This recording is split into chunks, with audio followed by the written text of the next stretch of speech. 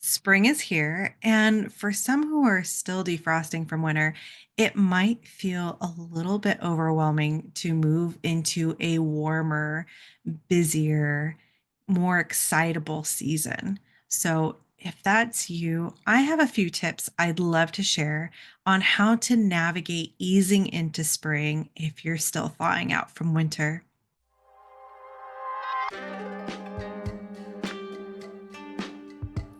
Welcome to the Burnout Fairy podcast, where burnout meets boundaries, self care is sacred, and rest is our rebellion.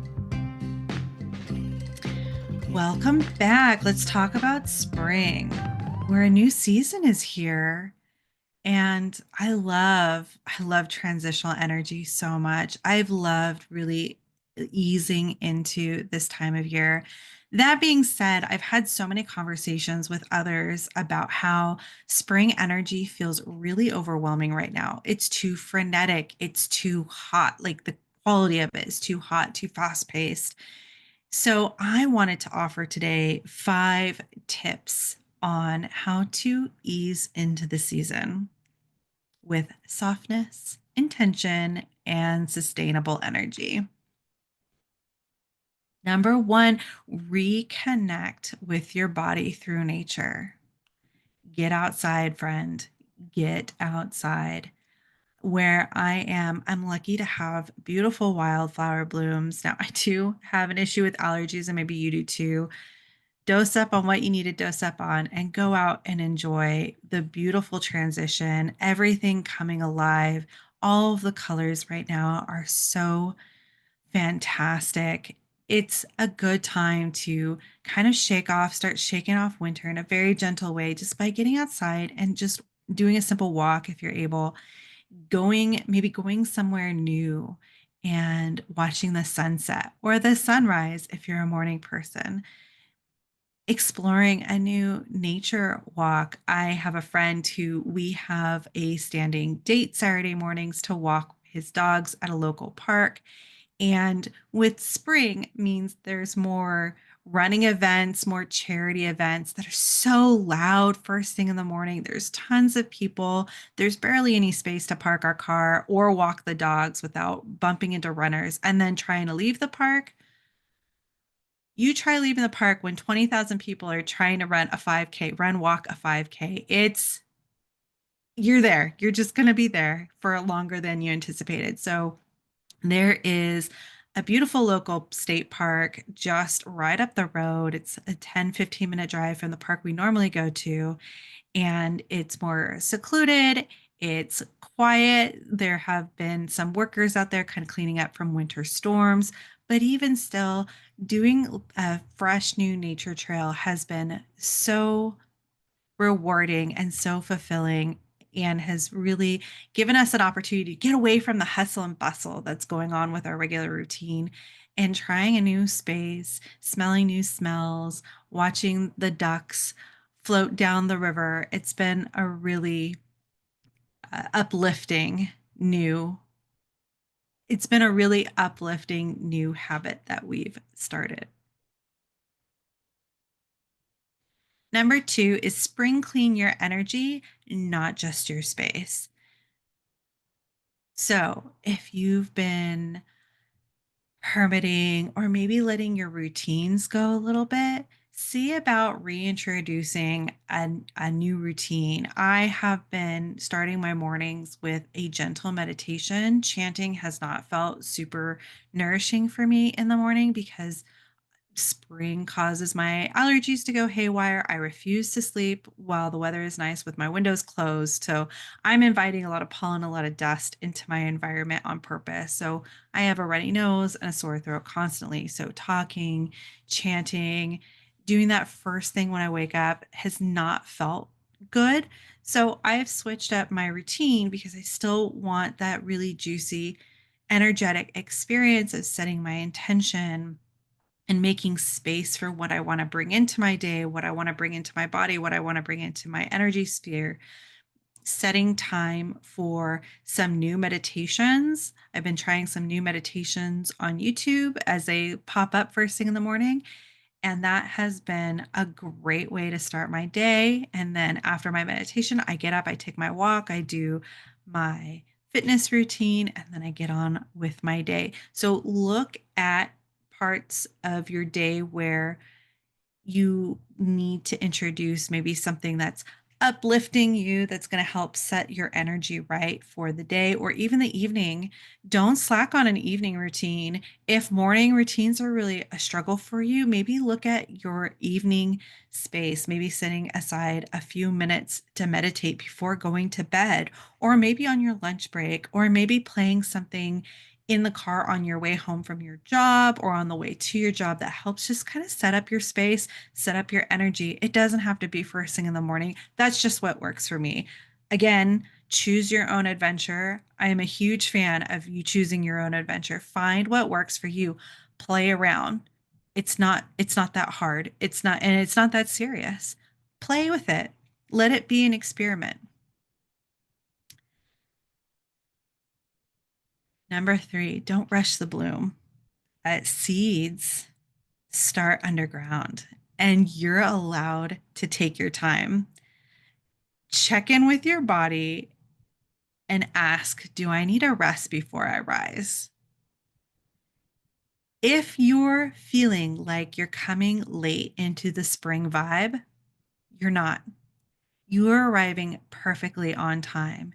If you need more softness, if you need more slowness, if you're not ready to jump into the excitement of spring, you don't have to. You can take your time and you can take up as much space as you need.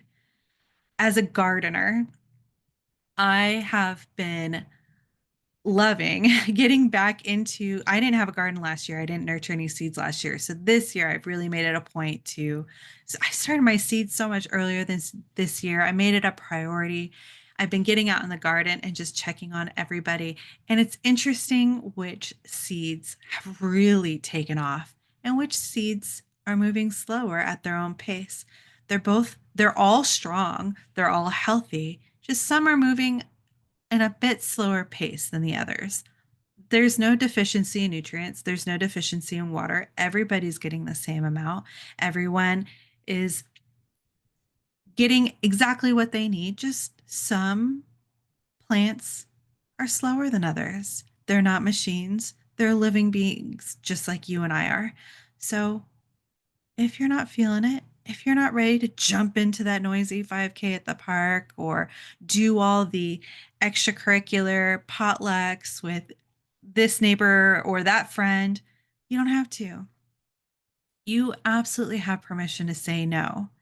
If you need more time defrosting, then you need more time, and that's perfectly okay. Number 4, create a seasonal self care ritual.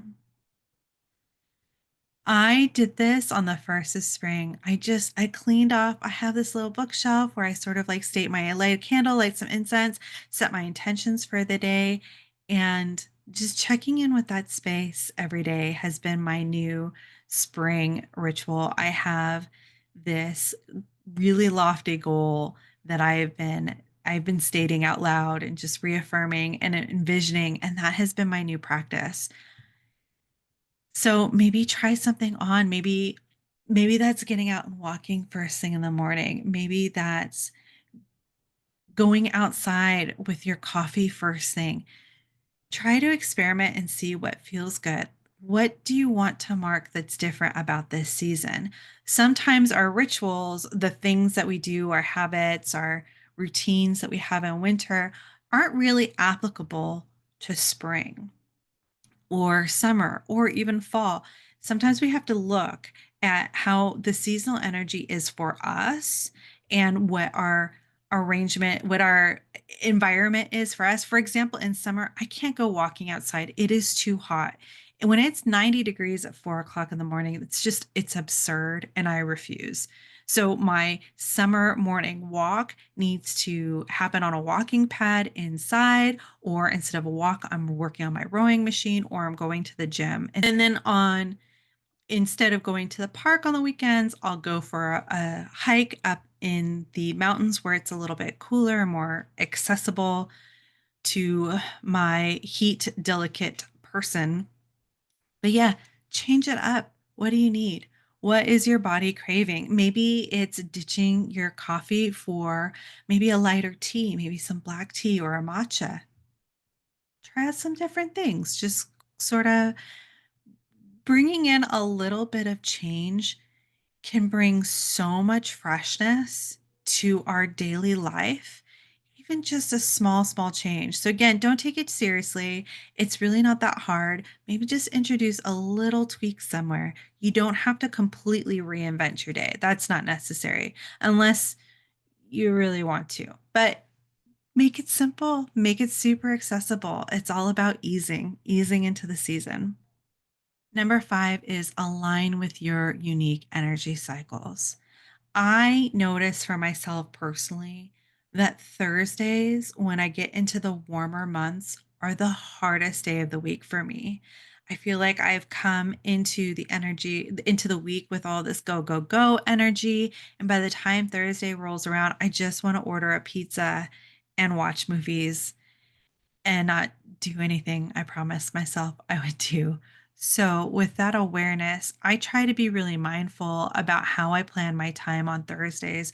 I try not to add any to dos to my Thursdays or any must haves. I really try to make Thursday a rest and restore ahead of the weekend because no one wants to go into the weekend if you're wanting to jump into some of these like exciting there's so many interesting hikes and nature walks that are going on right now. Like I want to try to participate in those.